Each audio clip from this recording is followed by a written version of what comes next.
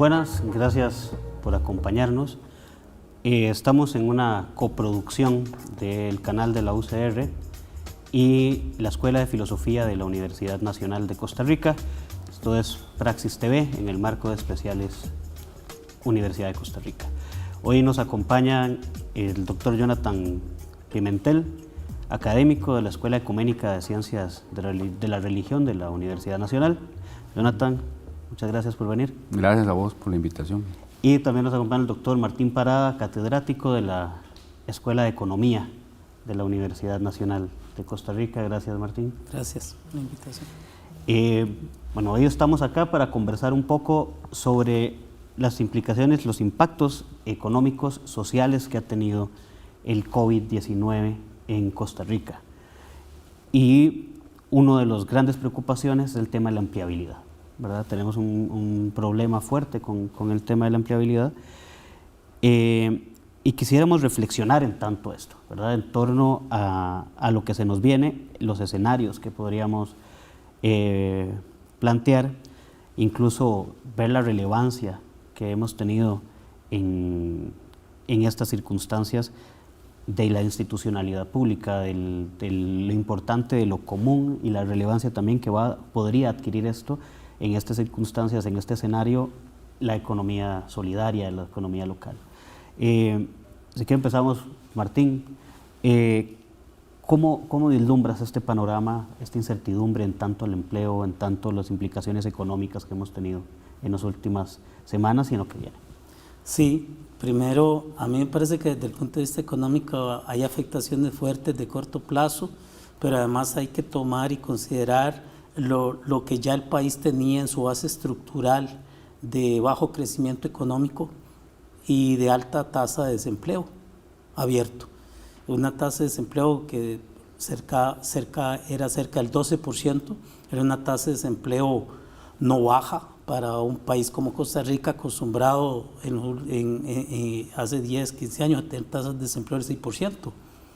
Entonces la base estructural de estabilidad económica estaba dada, pero no dentro de la lógica de una buena reactivación económica que nos permitiera tener un nivel de bienestar a las familias costarricenses, digamos que adecuado. Dentro de esas condiciones aparece la pandemia y entonces en el muy corto plazo se acelera el desempleo. Pero hay que indicar que el desempleo informal, por ejemplo, nuestro, llegaba antes de la pandemia a un 47% por ahí, cuando en América Latina incluso en algunos países había alcanzado ya el 50 al 55% de informalidad. Y entonces vea lo que pasa ahora, que en el muy corto plazo, 2, 3 semanas, la tasa de desempleo formal empieza a acelerarse mucho. Y es porque las empresas empiezan a verse afectadas, porque la rotación de las compras empieza a desacelerarse significativamente. Entonces hay un efecto directo y en esto todos los sectores empiezan a ser golpeados, pero no todos los sectores se golpean igual. Claro, entonces usted ve un sector hotelero que en el muy corto plazo, en una semana o 10 días, empiezan a desemplear trabajadores. Y esos trabajadores con una desventaja de que no hay otros sectores que puedan absorberlos. La agricultura no los absorbe porque tiene volatilidades, el sector construcción no nos absorbe porque obviamente es también afectado. Entonces la acumulación de desempleo está dándose permanentemente. Es más, yo no creo que la tasa de acumulación de ese desempleo a este momento se haya frenado. Y esto al mismo tiempo ha generado una oleada de cuestionamiento a quienes sostienen su trabajo, ¿verdad? Quienes siguen manteniendo sus ingresos completos y evidentemente un punto de mira termina siendo la institucionalidad de los empleados públicos, ¿no? Jonathan, vos, ¿qué opinas entonces, por ejemplo, respecto no solo a este tema del desempleo, sino también al cuestionamiento de que existan grupos medios que sigan teniendo un ingreso total de su salario y que parece que quieren ser, o se vaticina ser los sacrificados para seguir sosteniendo Sí, una posición quizá no común, pero sí muy publicitada en las semanas que llevamos de la pandemia en Costa Rica, tiende a acentuar la idea de que en un contexto como este, el umbral de expectativas de los habitantes de Costa Rica no debería ser pensar cómo desde ahora y en adelante se pueden mejorar sustancialmente las promesas que hace la República a sus habitantes mediante el fortalecimiento de sus instituciones, mediante el fortalecimiento de los lazos sociales, sino que contrario a ello lo que se propone es una precarización colectiva, es decir, la promesa que hacen, por ejemplo, algunos empresarios es que la única forma de atravesar esta pandemia, que como muy bien dice Martín, está precedida ya de por sí por desigualdades, desempleo informal, precarización laboral, etcétera. La única forma de atravesar este contexto es si distribuimos la precarización aún más. Es decir, el umbral de expectativas que nos plantean es no el mejoramiento de la calidad de vida colectiva, sino el desmejoramiento vía el ataque a eso que ellos denominan los privilegios del sector público y los pluses, etcétera. Es un lenguaje que ha calado muy hondo, tanto así que pareciera que lo que nos dan a soñar a los demás y lo que le dan a soñar, sobre todo a los que ya están empobrecidos y pauperizados, es que si ya hay algunos que están mal, soñemos con que la mayoría lo estén entonces. Es decir, si lo podríamos decir en términos de una utopía bastante perversa, ¿verdad? Que aparece, digamos, en el discurso de UCAE o en el discurso de algunos articulistas que se publicitan en medios de comunicación masiva, es eso, es decir, para que todos tengamos las mismas condiciones, reduzcamos al punto mínimo lo que podemos desear y lo que podemos conseguir en conjunto, lo cual es una lógica sin duda aberrante, ¿verdad? Porque si nosotros no tuviésemos en Costa Rica la institucionalidad pública que tenemos, no podríamos estar enfrentando, como se está haciendo hasta el momento, una situación como esta. Claro.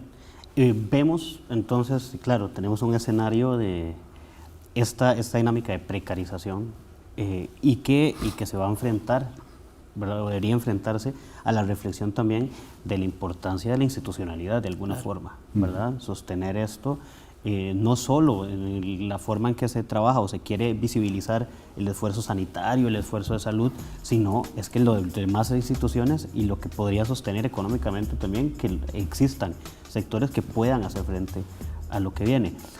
Vamos a hacer una pausa y ya volvemos y continuamos conversando del tema y venimos a continuar acá, que está bastante interesante. Le damos la palabra a Martín apenas volvamos. Okay, gracias. Vamos a corte, ya regresamos.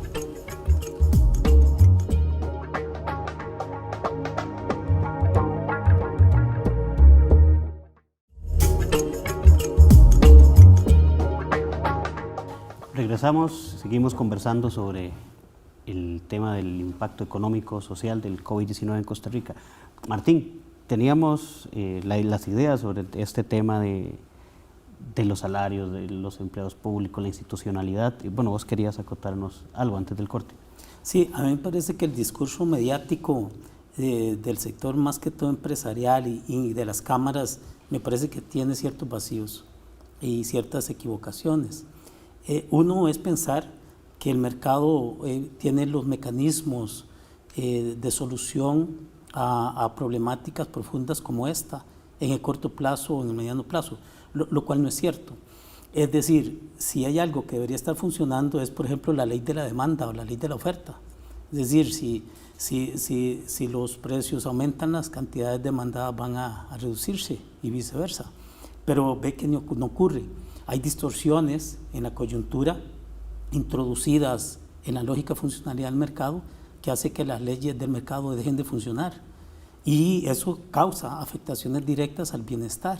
Y entonces ese discurso de que podríamos darle más mercado y más libertad al sistema en un proceso de pandemia agravaría las consecuencias negativas sobre el bienestar de la población. Entonces, si hay algo que ha ayudado a Costa Rica a enfrentar esta condición adversa a corto plazo, es la institucionalidad, operando en la salud, operando en la vivienda, operando en la educación, y no bajo las señales de los precios, que son los que en el mercado en última instancia asignan los recursos.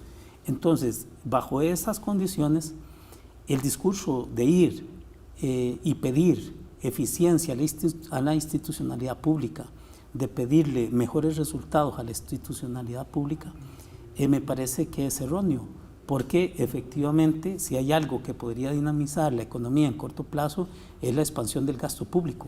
Claro. Entonces, entrar a cuestionar la funcionalidad pública me parece que es erróneo en esta condición. Jonathan, vos, bueno, en esta misma línea y siguiendo las ideas que nos planteaste el bloque anterior sobre esta precarización, en efecto, si vemos la relevancia de la institucionalidad pública, trasciende más allá de simplemente la reducción al sistema de salud. Hay otros elementos que quizás no sean tan visibles. Sí, no son tan visibles, pero forman parte de lo que uno podría denominar la herencia desde la que es posible pensar un contexto como ese, no solo pensarlo, sino hacerse cargo de él. O sea, Costa Rica tiene un sistema de salud que hace frente en primera línea a esta situación, pero también tiene unas raíces y unas tradiciones culturales, políticas y sociales que serían impensables sin la institucionalidad que creamos, sobre todo a partir de la segunda mitad del siglo XX. Entonces, esas son las raíces que han hecho posible que tanto en el plano sanitario como en el plano cultural y en el plano político sea posible imaginar, no solo imaginar, sino en efecto hacerle frente a una situación que países con mucho más recursos no han podido hacerlo. Entonces, en este contexto precisamente surge la posibilidad de imaginar y reimaginar esas raíces y esas tradiciones que nos han colocado en una situación como la que estamos ahora. Es decir, lo que ocurre en la pandemia no solo es una cuestión sanitaria, eso ha quedado claro, sino que entran en disputa visiones del país, visiones de la nación. Y una de esas visiones es la que dice, bueno, hay que expandir la precarización, expandir el empobrecimiento, y hay otra visión, una visión que es precisamente la que soporta la actual situación, que ha dicho, expandamos la educación, invertamos en ciencia y tecnología, invertamos en un sistema de salud casi universal, y lo que puede suceder en este contexto es que alguna de esas dos visiones se fortalezca y otra se debilite. En cualquiera de los casos perdería el país, perdería si esa visión, vamos a decir, solidaria que busca la justicia social, pierde. Claro, y además ahí viene algo que mencionaba Martín respecto a los discursos mediáticos que más calan entonces, porque parece que hay un discurso mediático, el que más resonancia tiene termina siendo este otro, no precisamente el de la solidaridad en este sentido, sino ese otro que sacrifica poblaciones, ¿verdad? Sí. Y es que los principios solidarios es para todos. O sea, el principio solidario no son para grupos individuales, no son para grupos que logran atrincherarse en cámaras y en grupos. Y hoy lo que ocupamos es, bajo el discurso solidario, uno lo que debería esperar es que todos los grupos económicos hagan sus contribuciones para poder superar las condiciones adversas de la pandemia. Pero usted lo que ve es en todos los frentes, es el grupo, el sector financiero de este país protegiendo su tasa de utilidad para mantener el nivel de bienestar del sector bancario. Por otro lado, veámoslo claramente en la ley de mantener congelados los combustibles. Ah, bueno, pero el diésel no. Entonces, claro, mi vecino tiene y usa diésel, va a venir beneficiado. Pero aquí los grandes autobuseros son los que están atrás de que el precio del diésel no aumente. Porque el diésel obviamente explica los costos directos de operación de la flota autobusera y afecta la tasa de utilidad de los autobuseros. Entonces la lógica económica está prevaleciendo sobre la lógica de la salud que Jonathan Pimentel planteaba. O sea, ¿nos interesa superar la pandemia? Sí, perfecto. En el discurso mediático, sí, desde el principio solidario. Pero operativamente, las leyes, los acuerdos, los decretos están empujados por grupos económicos que están defendiendo una lógica utilitarista dentro de la funcionalidad y la dinámica de la pandemia. Esa es la lectura que yo hago. No sé usted Sí, cómo claro. lo observa. Es que ahí es preocupante ver estos vínculos o estos discursos de solidaridad que al fin y al cabo en este momento parece que deja fuera al sector que ya previamente estaba excluido, que es el que estábamos mencionando al inicio del programa. Claro. Un sector que ya de todas maneras estaba sufriendo los embates de una política económica experta en la producción de la desigualdad, ¿verdad? Y que ahora más bien ya la desigualdad se va a seguir ensanchando porque precisamente cubrir y seguir preocupándose por las tasas de utilidad lo que implica es sacrificar la estabilidad económica de los otros grupos, con tal de sostenerse de esta forma. Correcto. Vamos a ir a un corte y seguimos desarrollando estas ideas más adelante. Ya volvemos.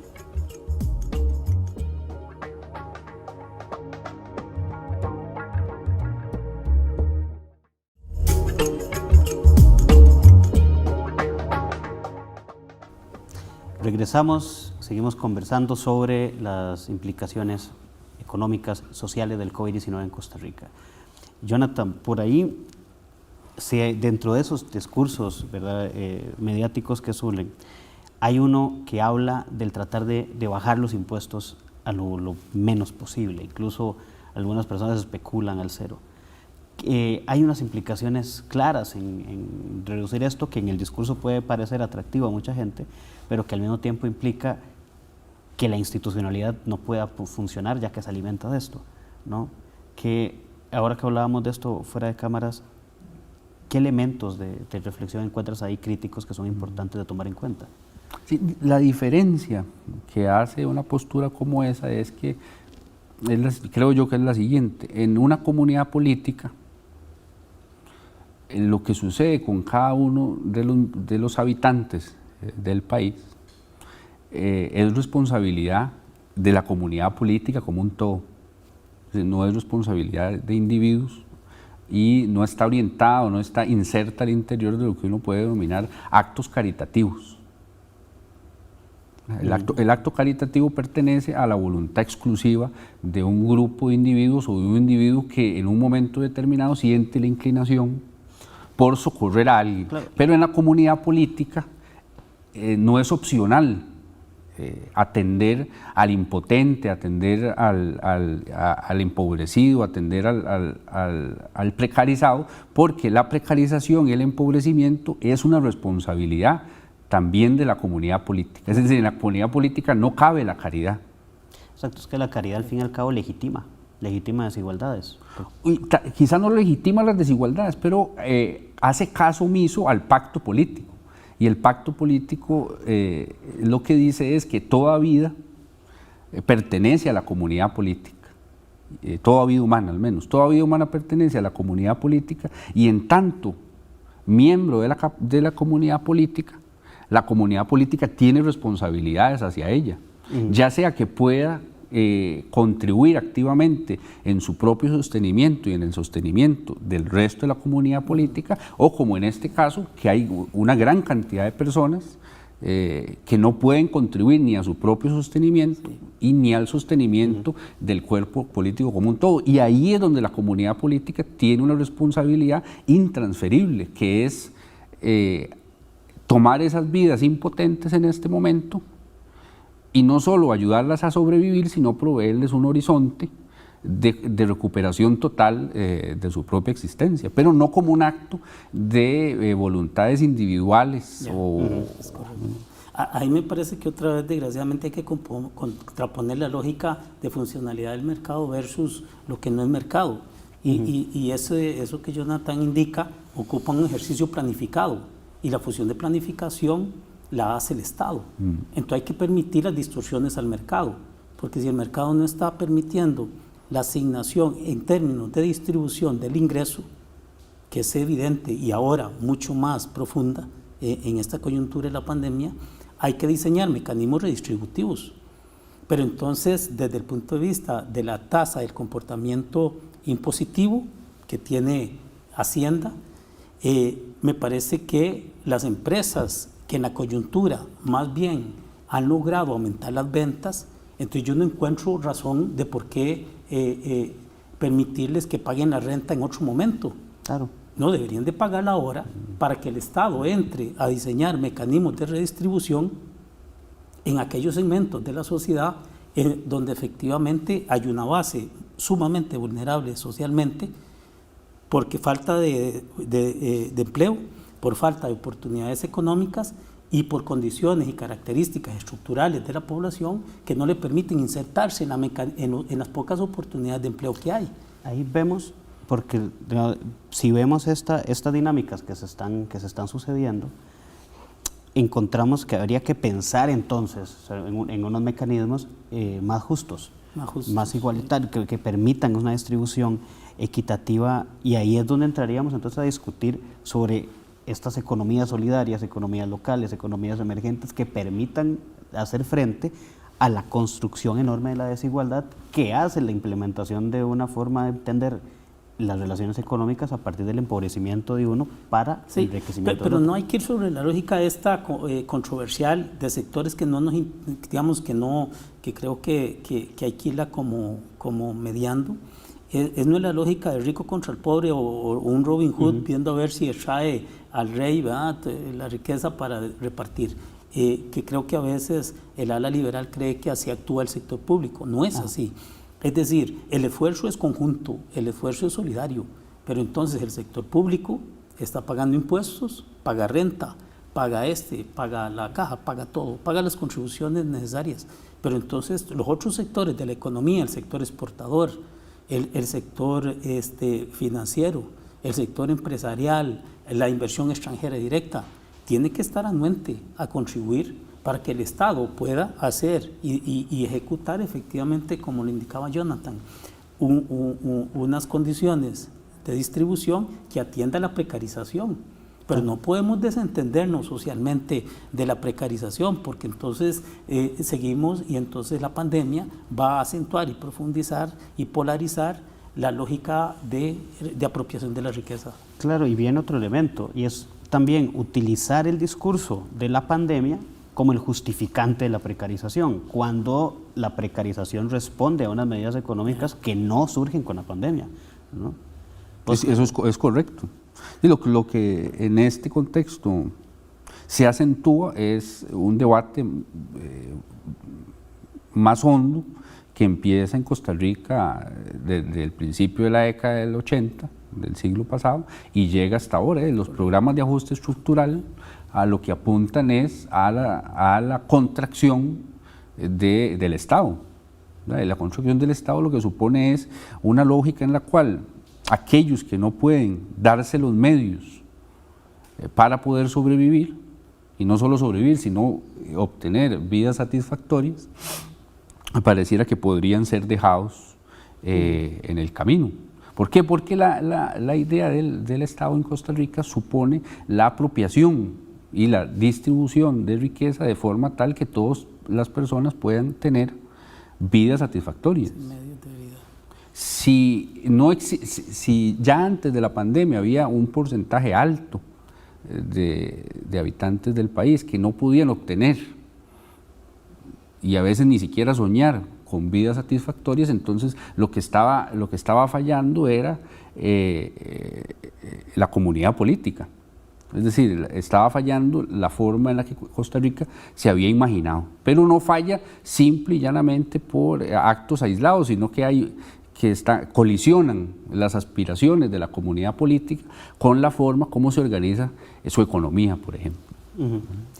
Bueno, hemos tenido una grata conversación, a veces se nos queda corto el tiempo, pero creo que podríamos reflexionar en tanto la construcción de estas desigualdades y la relevancia que tenemos como comunidad política, como grupos económicos deberían entenderse solidariamente para evitar y superar no solo la crisis que representa el COVID-19, sino la crisis económica que ha desembocado una forma de entender la economía, la política, la sociedad a partir de la producción de desigualdades.